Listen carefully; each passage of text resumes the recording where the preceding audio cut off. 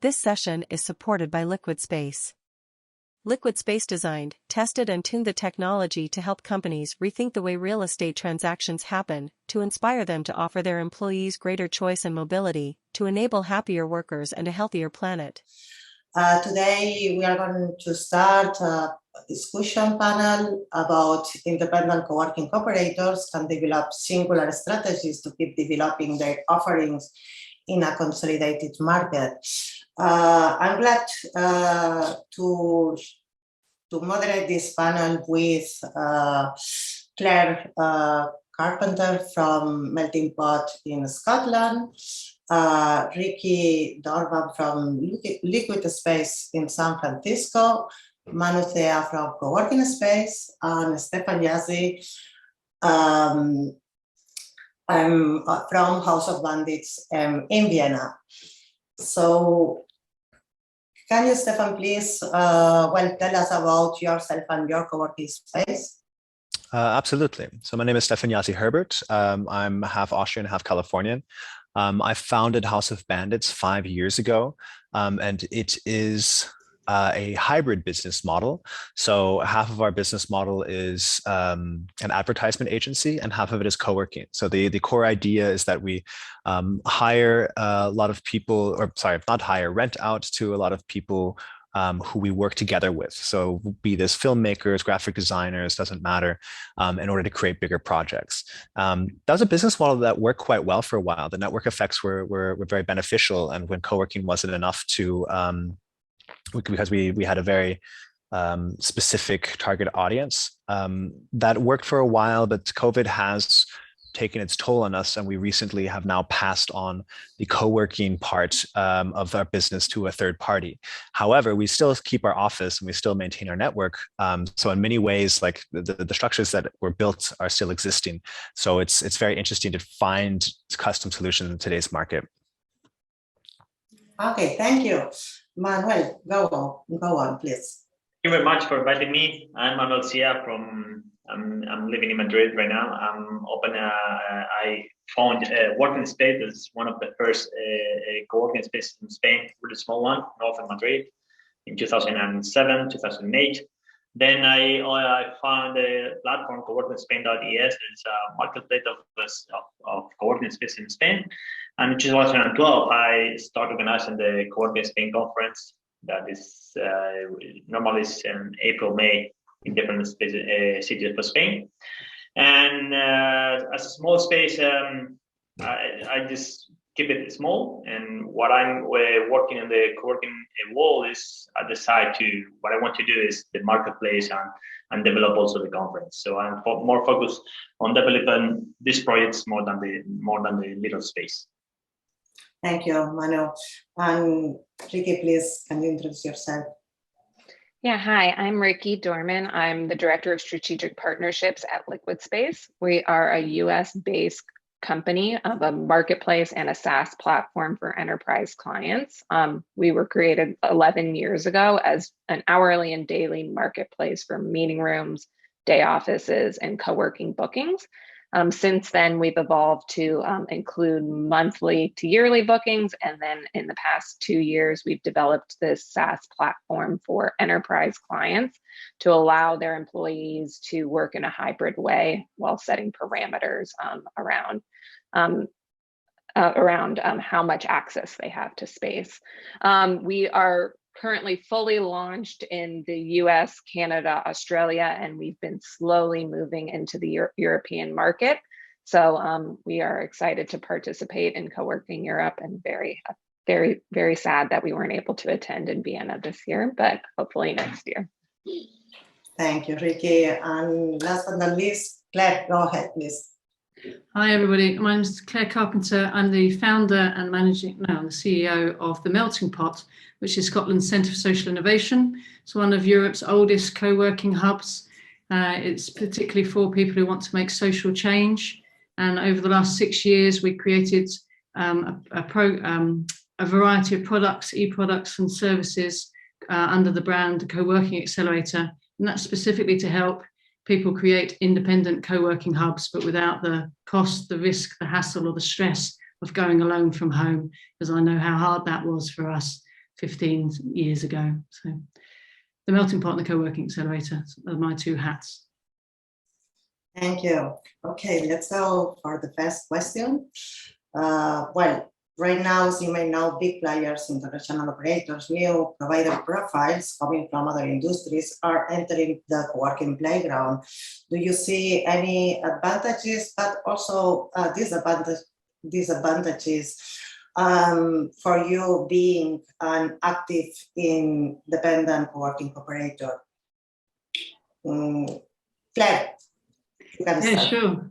I mean, to be frank, running your own co-working hub, a co-working business is like running a B&B compared to a hotel chain.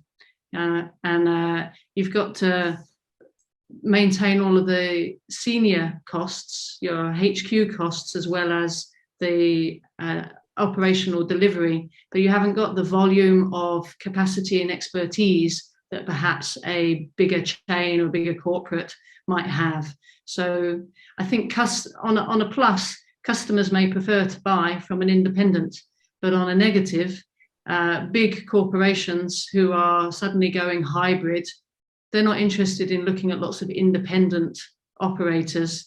So we really need individuals, the employees of companies, to want to identify where would they like to work, and who would they prefer to, which types of spaces would they like to work in. But big corporates are likely to be very lazy and just want some platforms that they can book a load of people into different workspaces.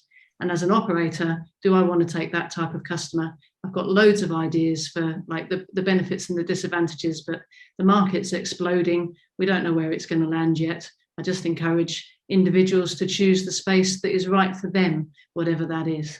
And hopefully that will be with independent operators, see them as a bespoke or boutique type experience. Thank you. And Ricki, do you see this growing trend in your platform? Yeah, I think like what Claire said, that larger companies are looking to their employees to find out where they're looking to work and want to work. And a lot of these employees are going to small towns or beach towns or suburbs, and that cannot be fully addressed by these large chains. So I think independent operators are extremely important in the growth of what people are saying and what people are looking for at this time. So, and the Industriouses and the WeWorks out there aren't going to be able to get into every market that these employees want to work in. So we are very happy to work with independent operators. Part of what LiquidSpace is trying to do is unite these independent operators so that these larger corporations can see that they can book at 100 different operators, not only one big chain. Okay, and do you see also an increase of other kind of places called the third places, like coffee shops, hotels? Do you think that they are competing with independent co-working operators? We don't see as much usage of that type of inventory in our marketplace.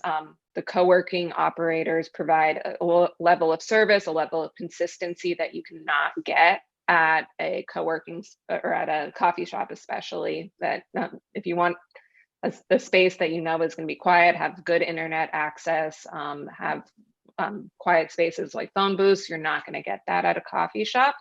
And something about our platform is that all bookings are real time and on demand.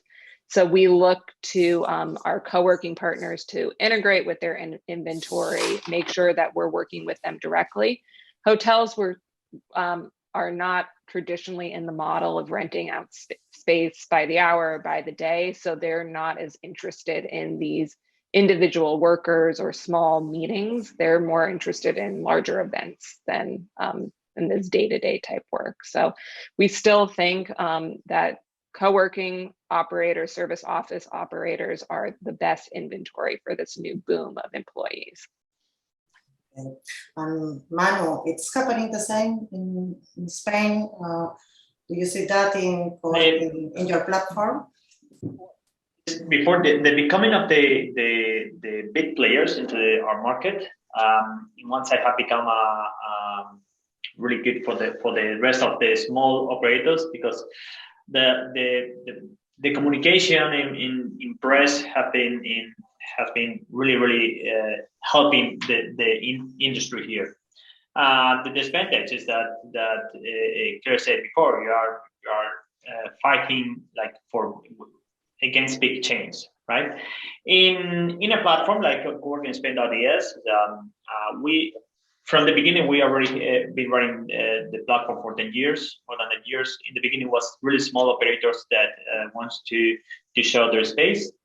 In 2015, 2017, they became the big operators that manage one account, manage a lot of locations, or a few locations. And now what we're check is there are few operators that are real estate operators that manage spaces for third parties, right? So they upload or they manage accounts in our platform for different companies, right? So this the new user is coming for us, right? So as I said before, like maybe it's I think that in LiquidSpace is normal, but for us it's quite new that they become this new user of our platform, and it's and yes, and that's it. Okay, and Stefan, how do you see that in Vienna? Are there specific strategies and different approach, or well, do you see benefits, advantage, disadvantage with this competitive growing market? I mean, Vienna's market is pretty small in general. We're always kind of like seen as like the stepchild of Germany, and so when it comes to innovation, you'll usually see that in like the much smaller spaces, to be honest. And so if you take a look at, some of the big players like Regus, they've moved in, they have quite a few offices here in Vienna, but WeWork never has bothered with Vienna so far. And we have like a couple of state-run places. And most of the people that I know who are running smaller co-working spaces generally don't really consider that as direct competition, because they're very different target audiences that they're going after. In these larger offices, you will find larger corporations that are looking for, standardized, high level of service, which is not to say that these smaller co-working spaces don't have a high level of service, but they're much more niche. They're very, very, very geared towards a different look and feel. And I think that these two words, look and feel, are really important when it comes to most people who are looking for a space to work. I've noticed in Vienna that location is usually one of the most important things, but how the place feels seems to be much more important to them than what software stack or how practical things are, as long as it works. It's like the same thing as a music festival. Like the bathrooms and the ticketing just needs to work. But that's not what they're judging their experience by. They're judging their experience by the quality of the music and by the lighting and by and the same way in our spaces, it's often down to that feeling that you're getting across to people, and the way that these larger players are coming into the market really isn't having too much effect on the smaller niche markets. That's much more COVID that's changing that equation right now, where we don't have the large cash resources or capital to be able to survive for long periods without sustained income. Okay, thank you, Claire. Are you experiencing the same than Stefan in Scotland? So do you think that can independent operators be as ambitious as anyone, locally or internationally?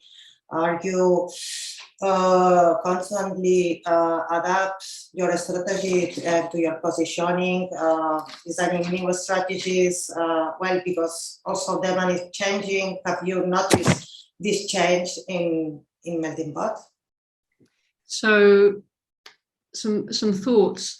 Small operators cannot scale unless they get resourced to do so. And the trouble with being a small business, and many operators who run just one space are effectively a small business with large overhead in terms of their premises or staff, is having the capacity to be able to invest to scale up. and the time and effort to be able to scale up.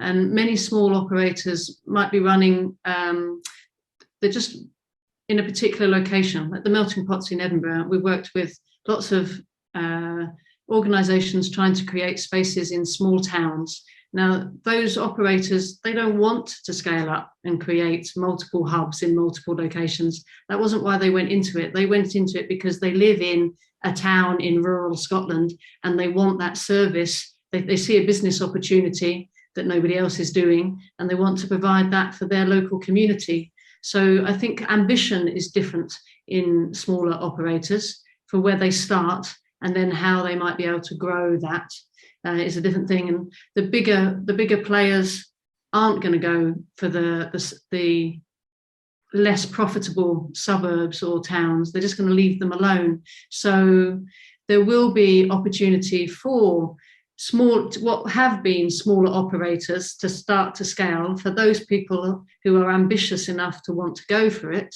Town Square is one in the UK that's gone from a rural area in Wales and is trying to scale up in other sort of secondary towns. But yeah, they're going to be few and far between, I think, in reality. I think it's an interesting point that you're making, Claire, when it comes to like what success is defined as, because I think for what we did like on a commercial level, it's very easy to argue that we failed, but that's not how it feels. For us, it feels very much like we achieved all the goals that we were trying to do, which is to connect people and to create a network for ourselves that we could use. Like on a commercially viable side, I could say, oh yeah, we were able to create network effects with the freelancers that we're working with, but on a much more important, at least personally for me, community level, that we were able to create so many different events and from very, very diverse backgrounds.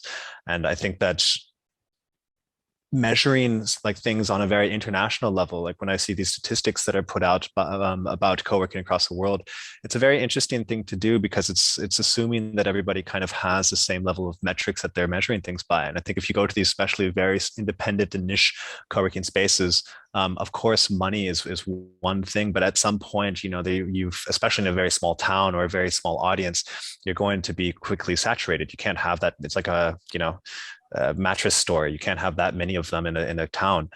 And I think if you ask the question, did you achieve the goals that you were trying to achieve, would be like also a very interesting question to measure success, I think. Manu, have you seen that Spanish independent co-working operators are carrying out specific strategies to stand by from and to face the big operators? I think with what Claire said, I mean, maybe it's the what small operators want to do, what these managers want to do. If I'm in the ethical guy's mind, I want to fight with the big players. I'm going to do everything to be a big player, and they did. So this their strategy, right? They become a big player.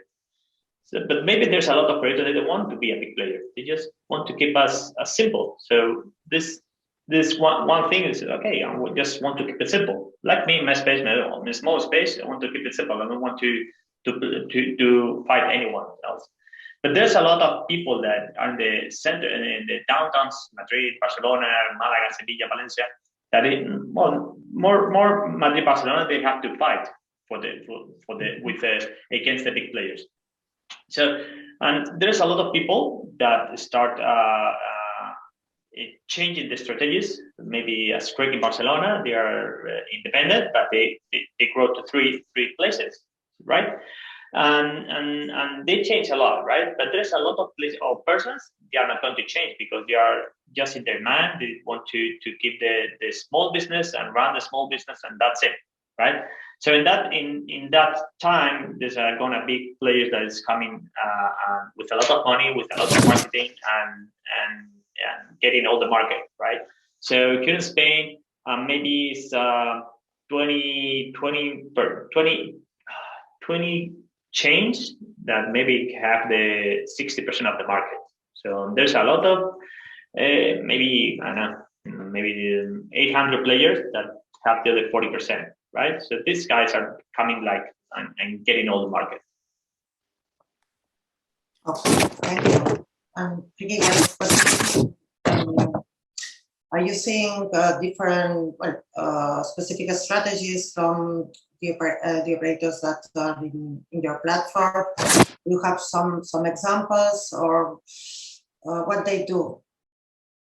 Yeah, we similarly we're seeing that as the customers or the employees are allowed to choose where they're working, they're going into these smaller markets, and oftentimes we're finding that the co-working spaces that they're going to or the towns they're going to, the co-working spaces are completely full, which means that there is definitely more room for other co-working spaces or larger co-working spaces or expansion in these markets. So we're going to small mountain towns in the US or a small mountain town in Sweden, and they're saying we're completely to capacity. We don't have any more inventory for workers and in this space.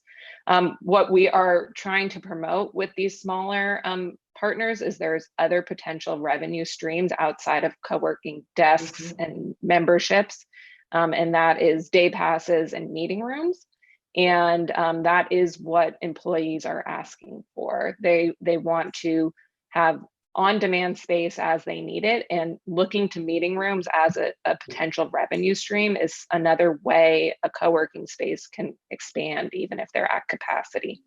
And we also are seeing that similar trend of these smaller chains that are popping up in like a regional chain, 3 or 4 different locations in a specific area or a specific type of area. There is a chain called 25N in the US that has, I think, 5 or 6 locations, all in the suburbs of larger cities. So that was their strategy to go into suburban markets, and then they've replicated that as their model. Okay. Ricki, Yes. do you like that? I think that's super interesting. Like the insights that you have when it comes to larger trends of like on a societal level. Do you see any are you able to discern when it comes to like? I find it very also interesting to interact with people who I don't have that much to do with. Like burst my own filter bubble. I come from a very creative scene. Lots of people who barely have any money, and by necessity, they kind of flock to these smaller spaces that feel more homey in a lot of ways, and I feel like they get a better service out of it anyways. But have you noticed, like when it comes to these larger corporates that have to find lots of placement for their employees, is there like a trend of people flocking towards larger co-working spaces that are more corporate in nature, or towards like smaller, like, more independent, or is the data very, very unclear?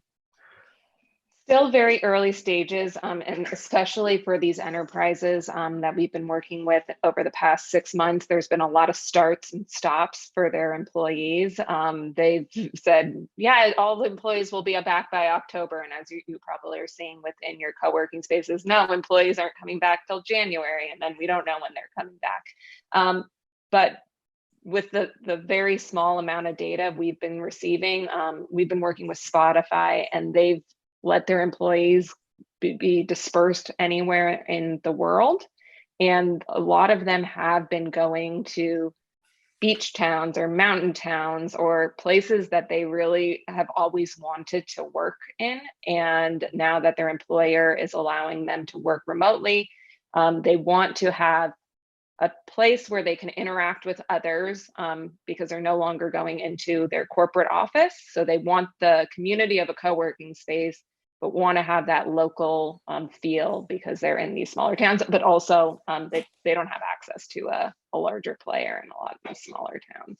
So I think that as long as they feel like they can go to a space and be productive, get their work done, is what they're looking for. But we don't know if that trend will continue, or it's going to become too complicated and their employer is going to pull them all back to like a central headquarter. But now It also doesn't seem sustainable.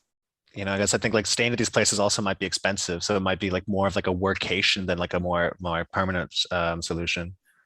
Yeah, it might be. So we're seeing some of our clients, specifically Spotify, have let their employees go anywhere. Other employers are looking to create small mini hubs in more markets than they had previously. So we don't know yet. That's really interesting. Well, Sorry, Vanessa, for jumping in. I just was no, very no, no, fascinated. no.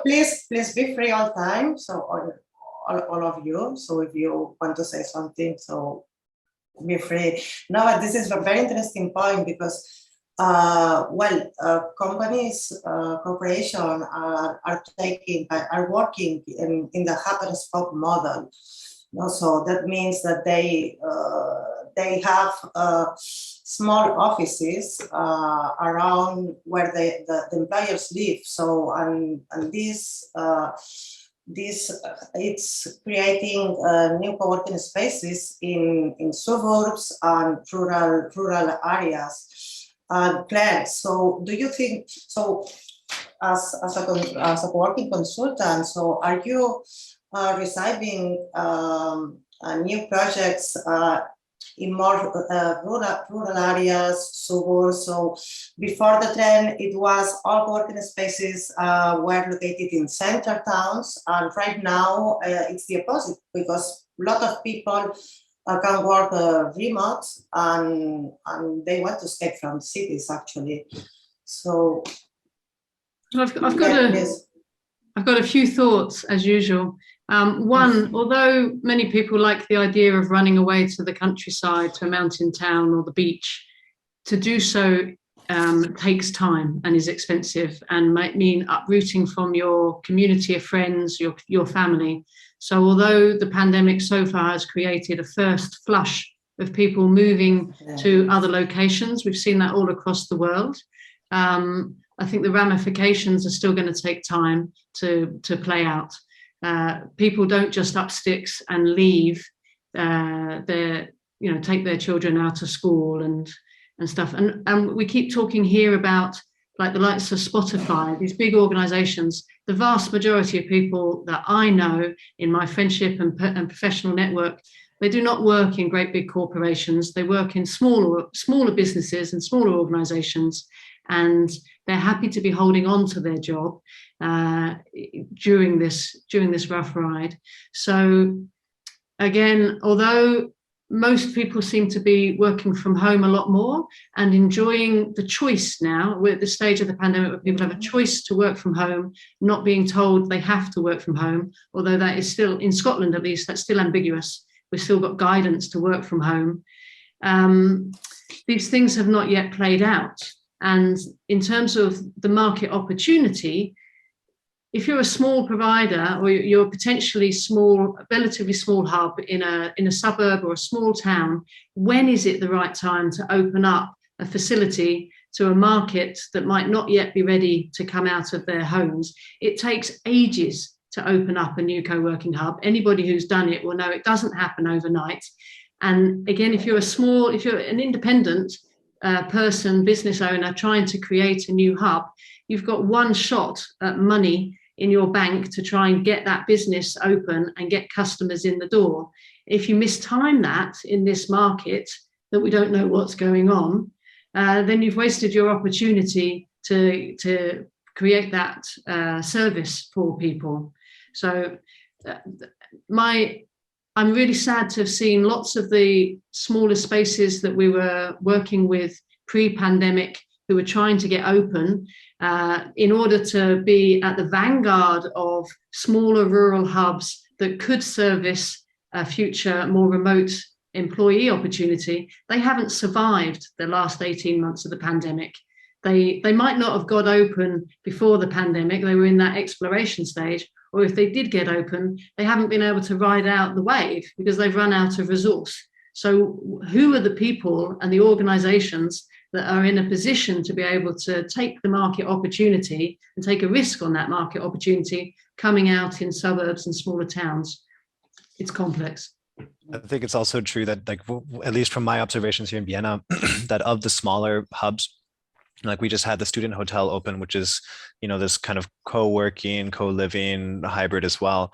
And like they just opened, I think 2 weeks before COVID hit. So like they were extremely hard hit, but they're still able to survive because they have, an international business, behind them that is able to either be able to get a loan, like have access, basically just access to capital, no matter what that is, whether that's cash reserves, whether that's, bank loans from the government, or whatever. But these like access to capital is very, very low. And like the risk that people are able to take as independents is also very low. And the ones who have been able to survive are usually those who don't rely on co-working solely, who are able to like, and it was also in our case, like, it's been 1.5 years that we have been running this despite COVID, despite taking a loss during this time. And that's because we're believing that we're going to be able to make it past this and be able to supplement our business model with our advertisement agency. But long term, it just wasn't tenable. At some point, you have to kind of give up, or like, to realize that that's not going to turn around anytime soon. We just went into our next lockdown here in Austria, for those who don't know. So like, it becomes difficult when things are finally going good. Then, that uncertainty is not something that's independents weather well. And so like, we have the Impact Hub, for example, and they're doing quite well because they don't only rely on co-workings. And I think all of the very, very small places, the only like saving grace is that a lot of them close down because it is private land a lot of times. Like a lot of these very small ones, like they own the building, they're not necessarily renting, and it might be like a family heirloom or so. And they're able to just shut down temporarily and open up again in sometime in the future. But I think when it comes to accessibility, like how much access people would be able to have via a platform like LiquidSpace, it's still not there. Like they will only be able to open up again once they see market opportunity and the and actually seeing the market doing well, not just restrictions loosening, but also seeing a market drive. And that's like, the first ones who are going to be opening up again or being very aggressive in that are the ones who have the cash reserves to put into marketing, who are going to be able to do renovations during this time and have more opportunity when they open up again. And Manu, are you seeing new openings of independent co-working spaces in Spain, both in center but also in countrysides, or what is the average? Let's say that. The opening of new spaces from the small small operators are not that knowledge for all of us. I mean, it's difficult. All the opens of the small came to our ears, right? We see a lot of new openings of the chains of the Rotopicus, Attico, these guys, and they are opening right now. There are another operators in second cities like Valencia. Yeah, new openings over there, quite big and new players, that not big, not small players. I mean, they're coming into the market, new players with a group in the background, so they are going to have money to grow up. New openings of like Monday in Malaga, it's second cities. And of course, there's a new opens from the small operators, but they have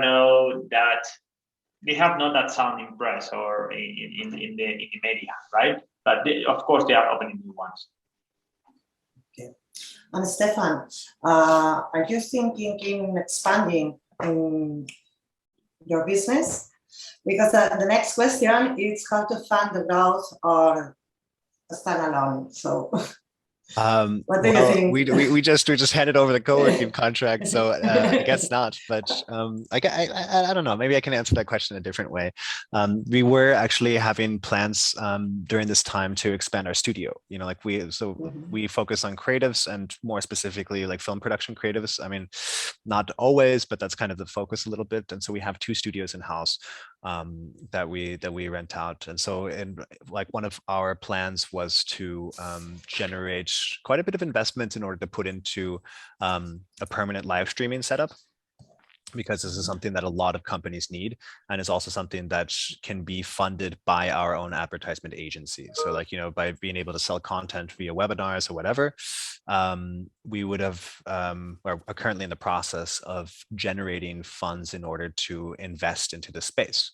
Now, it's a little bit more difficult because it's not necessarily our space right now. So we have to also like figure out with the new people who are taking over what that relationship is going to look like. But we have typically always used our other business model in order to drive growth. So like we've always found ways to be like, okay, well, what do we need right now? Okay, we need speakers for like, because we want to party more, then let's like, make sure that we do some shoot where we require speakers and then throw that into the props list and then like, build that halfway on. So we've either relied on government stimulus. So like, what's the English word for Förderung? Government grants for specific things. Like there was a shared facilities government grant that we accepted. There was, different tax deferrals that happened during COVID that was able to drive at least a certain amount of growth when it came to changing our services to be fixed more on remote. Like we needed to install VPNs for everybody because like a large portion of the services that we offer are IT in nature. So we have like a shared server that everybody can edit on, for example, and we needed to provide remote access to people during COVID. So we've always tried to use the speciality of our services in order to drive any kind of growth.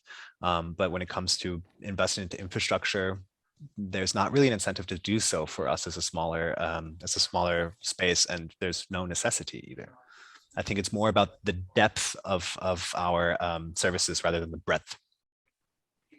Okay, great. So we are running out of time, but we are going to answer quickly. Well, if any of you have some thoughts on that topic, and then we will have the last question, okay, from one participant. So, any thought about what Stefan said? You want to add something to that question?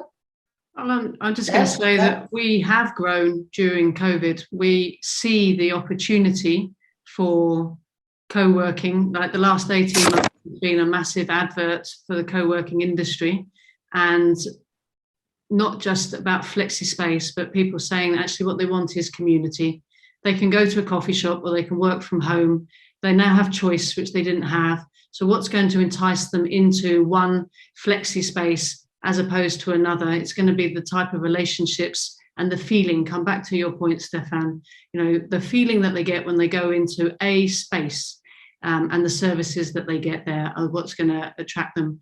And so we grew our co-working operations during this last year, and people love our new space in Edinburgh, and you're welcome anytime. Welcome anytime. When you can travel. Awesome. Right. No. Congratulations. Good.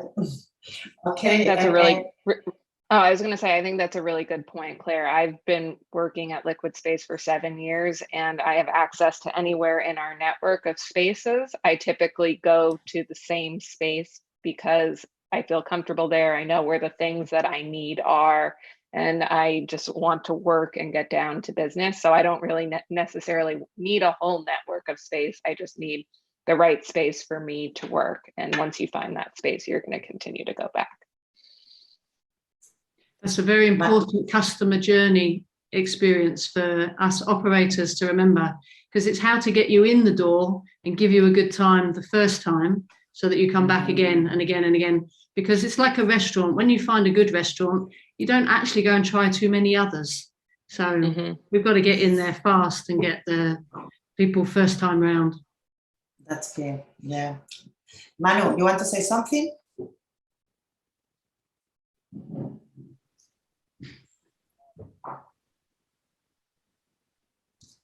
I'm blind. And no, thanks for the invitation. And yes, as Ricki said, there's a lot of time that you can offer to a big company, a lot of spaces, but finally the individuals are going to use the same spaces anytime, right? Every time I'm comfortable in this place, so I'm going to keep going to the same place, right? So that's going to be definitely what it's going to happen, right? Like big companies are going to offer hybrid space for the employees, but each employee is going to repeat the space, I think, most of the time, right? I agree. Okay, so let's go for the last question. The question is made by Christoph Fall. And well, I'm going to read it. I think an interesting question is how can small operators develop economies of scale and network effects equal to big brands by working together, and why should they do it? Is it access to data, technology, shared resources, funding, something else? Interesting question. Do you need to? I think like this idea of like beating brands is maybe the wrong framing of the question. I think like when it comes to economies of scale, independent co-working spaces may not, like we kind of already addressed this a little bit earlier in the beginning, that may not be the definition of success. But if it is, I think, I mean, I don't know that much about LiquidSpace, but this seems to be a very good solution to be able to connect different spaces in order to have those kinds of network effects. Because I think that for many, like, you know, as Claire said before, for the small person who is doing a rural co-working space, the goal is not to start 200 rural co-working spaces, maybe, but rarely I think is this the case. But if you want to benefit from the network effects that you know, economies of scale have, it would be more about finding what these kind of things, these kind of spaces have in common, what these kinds of customers have in common, what these kind of operators have in common, and then find the lowest common denominator, and then connect those people together in order to benefit from each other. And I think that goal of trying to set a base level of connection is stronger. You know, empathy is for me stronger than competition, than setting a goal to beat a brand. Yeah, I agree with you, Stefan. Yeah, anyone else want to say something?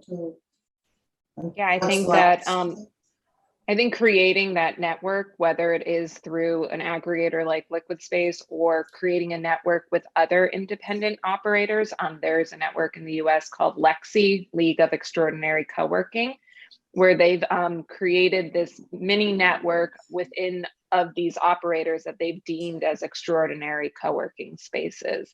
And they provide reciprocal benefits to their members that if they travel to any of these other locations, they get access to the other member spaces. And what we've seen is that people don't often travel and use those spaces, but they like that idea that if they are traveling to another area, that they have this broader network.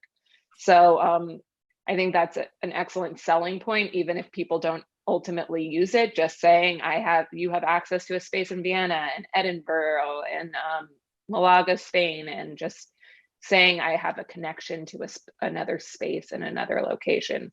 And then as LiquidSpace, we are trying to create this broader network and connect these enterprises across hundreds and thousands of co-working spaces. Okay.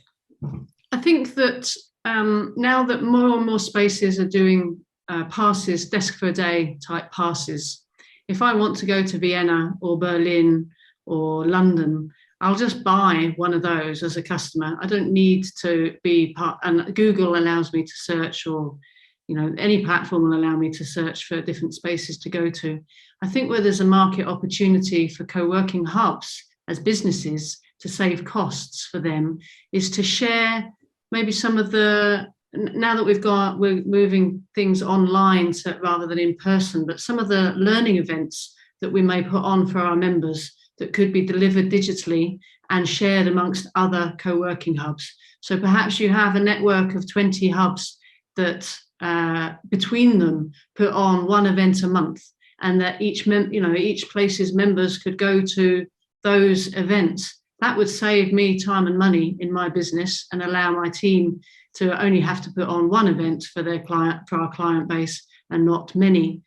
That we've had people for years say, oh, you know, can you be part of a network and your members could come and use my space? And I'm like, but they're not going to. They're just, you know, 99% of the time they're not going to any other space. So that's not the driver for me as a hub owner.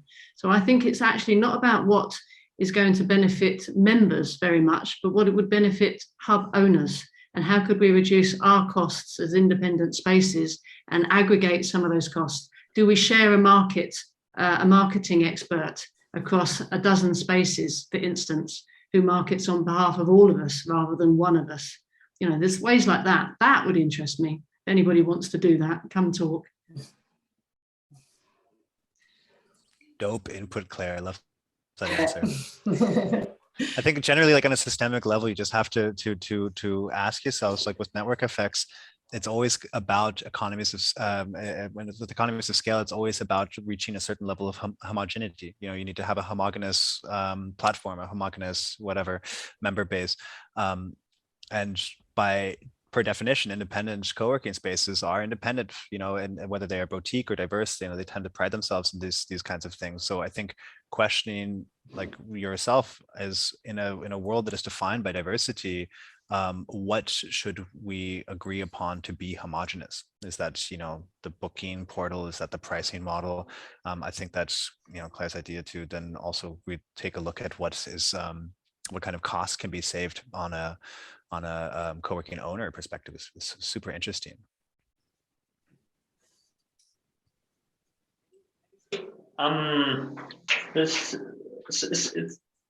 It's interesting, right? Like there's also maybe a lot of users of co-working spaces. They don't want to be part of any community. They just want to use it, right? And there's a lot of workers that come from the company. They just want to use the space. They want to be part of the community. They have their own community that is the company, right? Maybe we are investing, we are developing platforms to get these users, right? Okay, I'm going to space just for 1 day or for 3 days or day pass or meeting room, but that's the end. It's like using a hotel, right? I'm going to use that hotel. I'm not going to be part of a community, a hotel. Just want to use it. So, and there's a lot of platforms that we are developing that just the day pass, a person that just want to visit a space for 1 day or 5 days or 1 month, and that's the end. I'm going to my home and with my own community. So there's a lot of users of co-working spaces that didn't want to be part of any community, but this is the business. Like, hey, we want you to use as a space as to get some revenue. So there's the interesting point that there's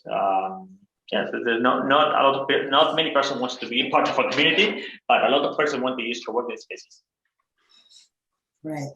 Okay. So thank you, all of you. It's been a very insightful conversation. I really enjoyed it.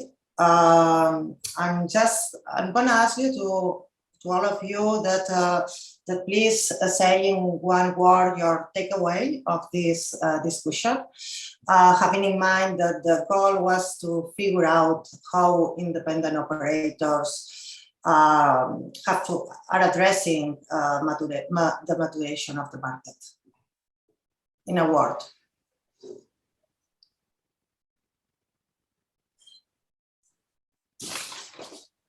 That's really difficult, Vanessa. Yeah. Well, to me, I'm gonna be the first one and to add value, provide value to the community, have a strong value proposition. Yeah, I'd say stay niche. It's okay. Stay small, stay niche. Exactly. Mm-hmm. Yeah. I think Claire's right as well. Stay niche or stay in suburban markets. Some smaller markets need space, and that large operators aren't going to go there. And we need space. People are looking for space. But promote your space through platforms. Right. Okay. Yes. Promotion. Okay, the word would be promotion or promote. Stefan, please. We don't hear you. Yes. Have okay. Yes. Okay, my phone. I would say depth, not breadth. Well. Yeah. Okay, thank you so much. This session is supported by LiquidSpace. LiquidSpace designed, tested and tuned the technology to help companies rethink the way real estate transactions happen, to inspire them to offer their employees greater choice and mobility, to enable happier workers and a healthier planet.